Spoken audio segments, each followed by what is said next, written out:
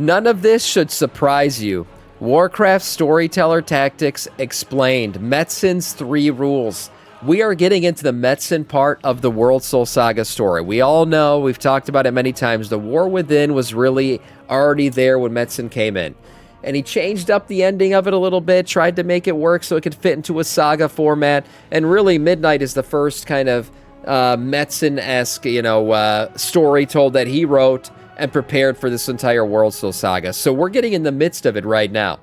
Then we got the Coiled Isle storyline going on. How people feel about it, kind of TBD still. We'll see how it all goes. But can Metzen really save the story? Let's check out his 3 rules here and how all of this is leading to the big crescendo of The Last Titan. Welcome back, heroes. Today we're talking patch 12.07 Revelations and 12.1 Curse of Ulatek, and showcasing 3 ways where the stories unfolding during it are following the Warcraft storytelling rubric one for one, as detailed by Chris Metzen in the preface of Chronicle Volume 1. Oh. Most importantly, we'll get into how many of the wars we fight aren't even of our own making, and why it falls upon us today to correct these warped histories and learn from the echoes of the past. Oh. Okay. I'm Metzen intrigued. writes, quote, "Ultimately, this grand and super nerdy editorial undertaking gives us an amazing perspective on Warcraft's recurring themes and conflicts. How societies often clash before seeing a common humanity in each other. How earnest, well-intentioned heroes can often succumb to temptations of power. And how failing to take responsibility for the mistakes of the past can lead to calamity in the present. These are just a few of the motifs that form the common thread of Azeroth's great history, expressed across disparate cultures, factions, and individuals over mythic spans of time.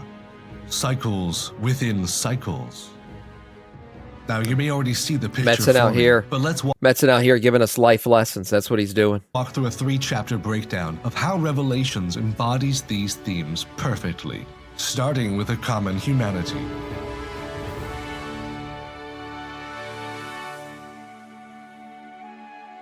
Okay. Warcraft started out with orcs and humans. Right. 2 peoples from different, initially unrelated worlds. An unstoppable force that? against immovable objects. These demon-fueled, pillaging, ravenous orcs would carve a dark impression upon this new world. And in return, the Titanforge-descended humans, with their steadfast courage and quick-witted cunning, took this impression and doubled down on their counterattack with righteous conviction. Right, I mean, really, the story, in essence, of World of Warcraft starts with an alien invasion. I mean, that's the whole thing. I mean, orcs, I don't know why, we look at Draenei as like aliens, but then we don't look at orcs as aliens. They're aliens, too. They're from another they're from another planet. And they came here and they invaded. That's the whole premise of World of Warcraft, basically. You had Azeroth sitting there with just humans and elves and trolls, and all of a sudden, and Tauren, I guess, and then all of a sudden, these orcs show up, and there's full-blown war and everything. Now, there was war prior to these guys showing up. I mean, the Tauren and the trolls were pushed back for a millennia, and we know about the trolls and their issues with the elves, right? We're going to get into some of that with this Coiled Isle stuff, so that's always all happening, but then these orcs show up and really change the dynamic of the war and start the formation of the Alliance and the Horde. Little did either force really know that the Dark Titan Sargeras, master of the Burning Legion, had set his eyes on Azeroth. And the once honorable but nonetheless savage orcs of Draenor would be his maul to break her defenders. Now, for generations, it seems, orcs and humans have been bitter, fated, mortal enemies. However, during the events of World of Warcraft and then in the Chronicle book series, we've since learned a lot more about the orcish homeworld Draenor. Not only first-hand experience, but by the telling of its ancient discovery by a Titan. His name was Agromar, and what we learn from this story is that Draenor's history, and more importantly, its many peoples, had all been a product of Agromar's ordering of the world. None more so than the ogres and orcs. Oh, the ogres. To keep a long story short, Agromar found Draenor covered in living carnivorous plant life that needed a serious trimming. And so the Titan creates and deploys an elemental giant to do this work safely. Right. You got to remember, Titans don't like planty shit. They don't like nature because they don't like the natural, aspects of it, and that it's kind of unpredictable. I mean, you don't know which way a root's going to grow or a tree's going to spawn. It's very much unorderly, right? You imagine nature needs to be tamed, cut down. You need that nice fresh lawn, right? Maintained perfectly. Uncontrolled nature to them is uncontrolled anything, which is shit they don't like. They like everything orderly and controlled. So enter a fucking giant Titan to destroy the planet, because that's not going to cause problems. These fucking Titans, man. Hey, I swear to God, it's like they are the issue. War between vine and stone, the primals and breakers, resulted in Eonar likes nature, yes, and Eonar is a problem. She is. I mean, she's had issues with Aman'Thul. Aman'Thul ripping out, tearing through shit, destroying World Tree. Like, she's had problems with him in the past. She's cried. He's made her cry. Guy made her cry. Okay, so her whole thing and her connections with Elune, she's got some weird, I don't know, she scissors with Elune, some kind of weird relationship going on there that we haven't fully explored yet. Eonar might join our side. She might be the Titan that betrays the other Titans, along with Sargeras. I mean, he's done his shit too against them. But yes, she does have a connection to nature, and it's always been played with in a way where it's kind of like iffy. She kind of walks a weird borderline between order and disorder.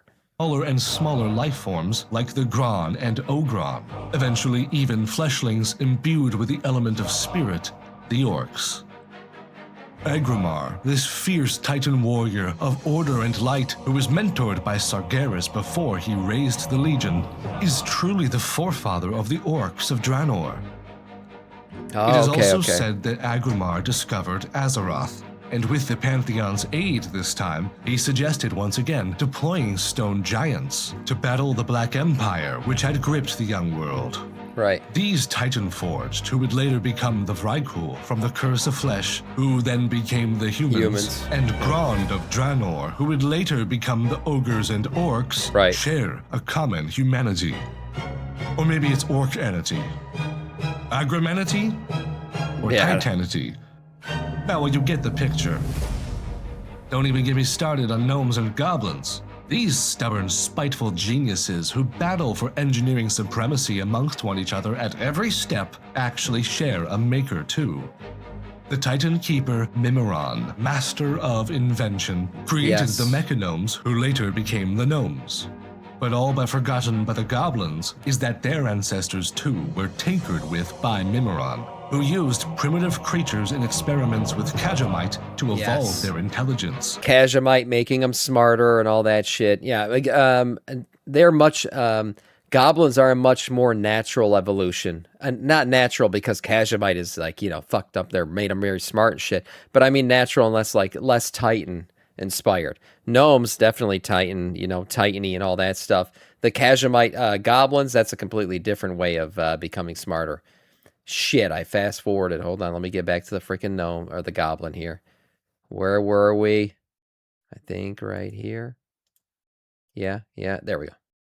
Creatures in experiments with Kajamite to evolve their intelligence, with the goblins as a modern-day byproduct. And so, we have a few very relevant examples where denizens of Azeroth are crafted by its storytellers to adopt this theme of commonalities.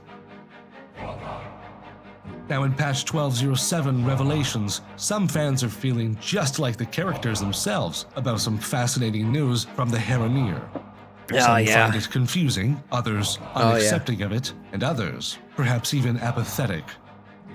Orwena and Hagar tell the elf and troll leaders of Azeroth that long before the clashing and hatred of these two races, for territory, revenge, or justice, that they shared a common ancestor, one that the Heronir also descend from. They speak of great hunters who followed different paths and split into three, and amongst themselves split even more before battling one another. But like the orcs and humans, the Heronir, elves, and trolls share a common origin. Now, does this mean that we're all going to hold hands, sing songs, and learn the sea together? Not exactly, but it's a start towards recognizing that we're fighting someone else. Splits into three. Yeah, it's three. Basically, you have the ones that stayed above ground eventually became trolls or elves. That's kind of how that whole thing worked. And the ones who went underground remained Haranir. So it's like a three-way split. You got Haranir, trolls, and elves. That's what he's saying. That's what he means. Else's war. A war between brethren, in fact, who also share a common humanity. The Titans.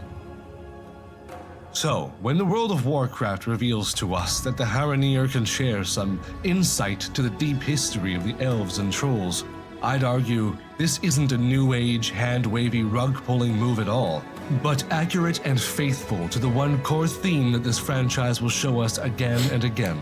This is not new. It's not a new story. We already know that the elves and trolls came from the same race. Well, no, it is new, though, because it was believed when we met the Haranir, everyone thought this, that they're just the missing link between trolls and elves. They were like the mid-evolution. Well, this changed everything because, no, Blizzard told us actually that's not true. It did not go trolls, Haranir, elves. It actually went Haranir, trolls, elves. Like they split out from the Haranir are the original, and then trolls and elves came from them, which kind of everyone felt like, oh, this is like they're just trying to create artificial importance with this new race, and really they were supposed to be the in between, and they're not anymore. Okay, it made more sense in terms of their looks that it went trolls, became Haranir, which looked like a mixture of troll and elf, and then they advanced further into elves. So that's not the case anymore, which is why this was technically new lore. How societies often clash before seeing a common humanity in each other. Section 2 shouldn't take as long as we move into a theme that built one of the most iconic characters of the franchise. How earnest, well-intentioned heroes often succumb to temptations of power. Yeah, this is a common theme in WoW. Need I even say it that Arthas, the Lich King, who took up the cursed blade Frostmourne to avenge his kingdom, embodies this line perfectly. The young prince Arthas was baited by Nathrazim dreadlords into wielding this terrible weapon, thinking he could use it to defeat them and defy the scourge the demons had unleashed. His goal began nobly, if indeed mercilessly.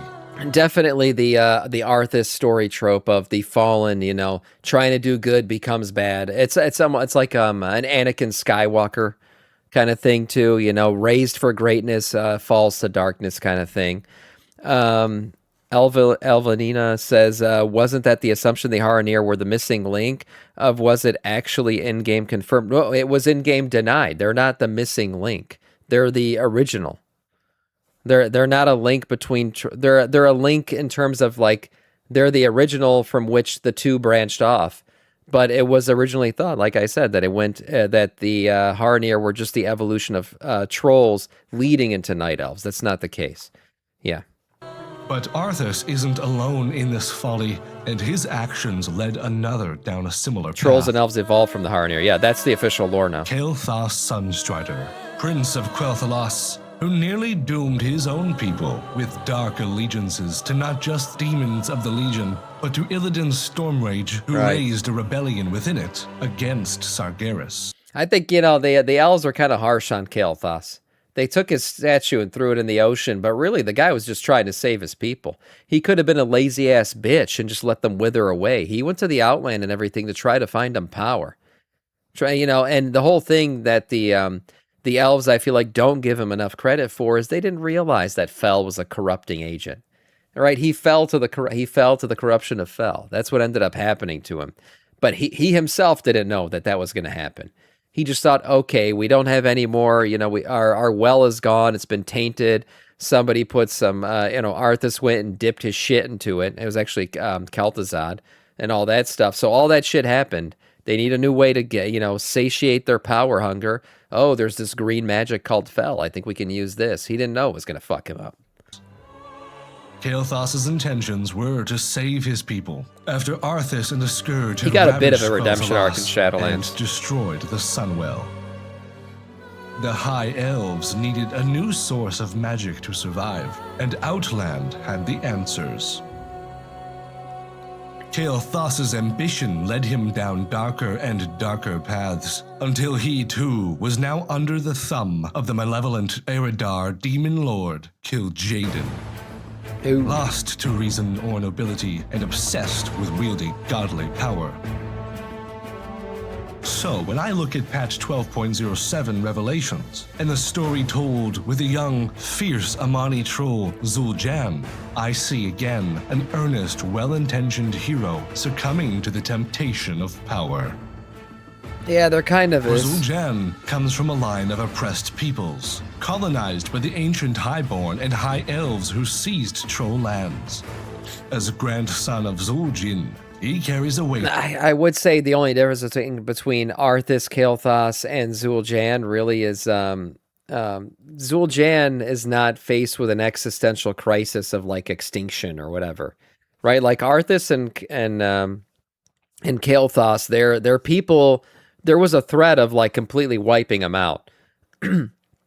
Well, Zul'Jan, his people really aren't being necessarily threatened. They have been over the years pushed back. They've lost lands to the elves and all that kind of shit. And yes, bad things have happened to them, but they're not currently facing an existential crisis unless you consider the void to be that crisis. But really, Zul'Jan doesn't seem to be motivated by the void necessarily. He just seems to be motivated by bringing his people, you know, back to glory, more power. We need to become powerful again. That seems to be his motivation, which is a little bit different than trying to save the people, which was what kind of Arthas and Kael'thas were doing. That some call a shadow, but one that he sees as an inspiration to do right by troll kind. Zul'Jan's drive to avenge the injustices of the past and retake Amani land has found him responsible for the death of his uncle. As in a scene so familiar to Arthas taking Frostmourne and maiming Muradin in the process, right. Zul'Jan claims a cursed dagger that erupts violently. This dagger he had found for the purpose of unleashing an ancient spiritual beast named Ulatek, whom the Amani once used as a weapon against a great enemy. Zul'Jan now seeks to wield Ulatek's power to devastate the elves of Quel'Thalas and seize the land earned with Amani blood. I fear Zul'Jan, like Arthas and Kael'thas before him, will succumb to a most unfortunate fate. Yeah, he could. And while it's tragic to see a hero fall into despair, doubt, and reckless anger, it is once again a faithful retelling of a recurring theme in This was kind of sad. I did like his uncle. He's a good dude. Yeah, this moment I was kind of shit, man. Like this is not gonna end well. And he was like the I don't know, the voice of reason. So clearly, you know, him dying off. Okay, now Zul'Jan's gonna lack reason to the maximum. Of a recurring theme in Warcraft's vast history. Yeah, I saw it, King Julian. And finally, it's great. We come to a natural conclusion with the third line in the preface: how failing to take responsibility for mistakes of the past can lead to calamity in the present. In patch 12.07, the Amani and Quel'Dorei tensions are high. Despite a cosmic invasion at their very doorsteps, these bitterly positioned elves and trolls are barely holding together a tenuous truce of sorts for the sake of Azeroth's world soul.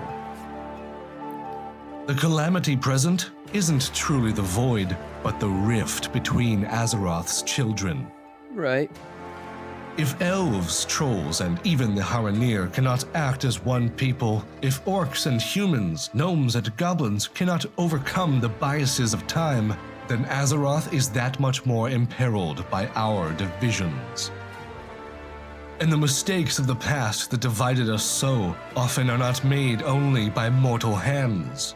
For as we covered, our wars are not our own, and they go back millennia. True. Yeah, that's an Many of the interesting mistakes story. that I see some of the tropes that he's talking about that are continual. If the Arthas story came out today, the internet would be full of Blizzard is woke comments. Their villain is baiting my boy because he can't have a strong male hero. They're killing off the male hero and replacing him with a female when Sylvanas breaks his power. The one thing I will say is the Arthas storyline was very detailed, a lot of character development, a lot of cool stuff. Sylvanas has a lot of character development. I think one issue that a lot of people have with like male characters getting replaced these days is it feels like they're just pulling these female characters out of nowhere and throwing them into the limelight. That's what it feels like. And I think whether they were a female character or a male character replacing these old heroes and these well thought out, amazing, deep characters, people would get pissed. I don't think it's mad. I don't think WoW players are getting mad that a female character is taking the lead. I mean, I'm sure there are guys that do not like that, but I think what really pisses people off is like these just half fleshed out, not very good character developed guys showing up, and like then you're getting rid of someone like Malfurion, who's got like this deep history and lore and fucking decades of character development and everything, and you bring in this new elf chick and you're like, oh, she's the new leader. What do you mean? It's the same shit happened with Star Wars. Like, there's so many strong female characters in Star Wars. Honestly, Star Wars feels like they were a pioneer in creating strong female characters. But then the new Star Wars is like, you just got somebody, you throw the name Palpatine in there, and now they're supposed to be strong and better than Luke Skywalker? I don't know about that. That's where that shit gets weird. Yeah, so careful, Sam. I know, right? I'm walking the line. I don't give a shit. But I think that's what it is. I think people are just mad about bad character development. Shitty new characters taking the place of really well thought out older characters, and it feels like they're just replacing the older characters because they don't want to deal with them anymore. They want to make their own shit, and the people who made those old characters no longer work at the company anymore, so they just kind of throw them away. That's, I feel like, what happens a lot. We face the repercussions of were forged by Titan hands in the name of order. Sargeras' great defiance, Agrimar's taming of Draenor, and that world falling into his darkened mentor's hands, this caused the rift between orcs and humans. Mimiron's calculated cold innovation left two peoples he bears the responsibility for as outcasts to each other. And the kidnapping of the Prime World Soul, whom the Haranir call Al-Nahara, forever changed the fates of elves and trolls. Interesting. And though we didn't create these mistakes, it will be by our hands that they are made right. In realizing that bloodshed for the wrong reasons, for another's flawed design, will never bring justice, will never bring closure or satisfaction. To ask why we fight is to ask why the leaves fall. It is in their nature. Yes, the real good old question Panda. for our world of Warcraft Panda quote. is what is worth fighting for. Were we to find new, justified reasons to battle each other, it would still be more meaningful than fighting wars decided by feckless makers who don't know what it is to be mortal, to live and die so briefly and love so fiercely that you'd risk anything to protect your own. Right. Mortality. That's what it is. Mortality brings meaning and beauty to life, right? That's the underlying meaning of it all. And we know the Titans, they're basically immortal. They can live forever. And they just don't see the same value in life that we do post-Curse of Flesh, right? By the mortal way of living. Our fight is with history itself, reckoning with it, and yes, reconciling it too. Elves and trolls may not have to make peace, but the reasons they fight one another have to be worth it. Because while we shed blood, take lives, and raise villages, the souls of the fallen do not escape the mistakes of the past. Yeah.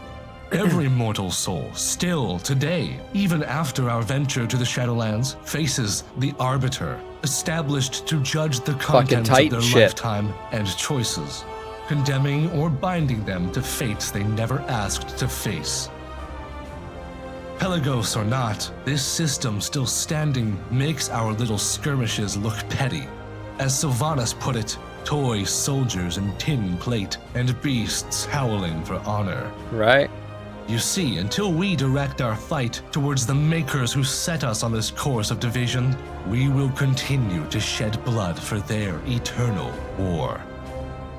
Something I've just put out a new video on, and I recommend you watch after this outro if you haven't seen it yet.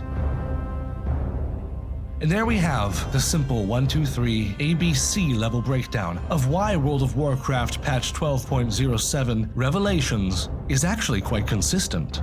and if I do say so myself, a thought-provoking development for the story. Yeah, definitely. No, WoW's it's writing interesting. is at its best when the world is like alchemy. Reactionary, real, unpredictable even. I wouldn't say that Warcraft's story necessarily needs to be manually written as much as it needs to just be discovered.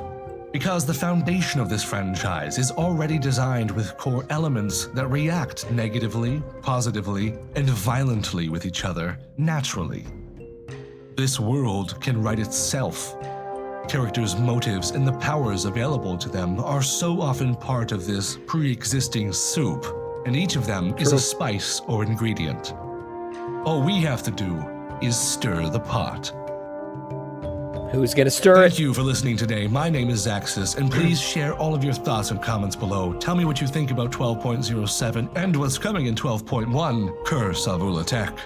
Once again, please check out the last video I posted. It was a labor of 5-6 months' time. A lot of work went into it. It was an amazing Until video. next time, take care of yourselves and go with honor. No, great video. This is another great video, but yeah, this one's an absolute banger if you haven't watched it before. I'll link this video in the chat and down below, of course, for you guys to watch. Great video overall from Zaxxus, and yeah, I think the story and everything that Chris Metzen's doing here, he's definitely leading there. I definitely see some typical tropes here, kind of the Arthas style, the Kael'thas style. Yes, a person who's trying to do something, I guess, good, well-intentioned. He's trying to make his people more powerful, is leading down to some dark powers that could lead to his end. I don't know if he's going to die, Azul'jan, but I kind of don't want him to. I kind of like him as a character a little bit. I think they could develop him a little bit more and actually make him into a really cool character. But we'll see what ends up happening to him by the end of this maybe patch and expansion. Nice video overall from Zaxxus.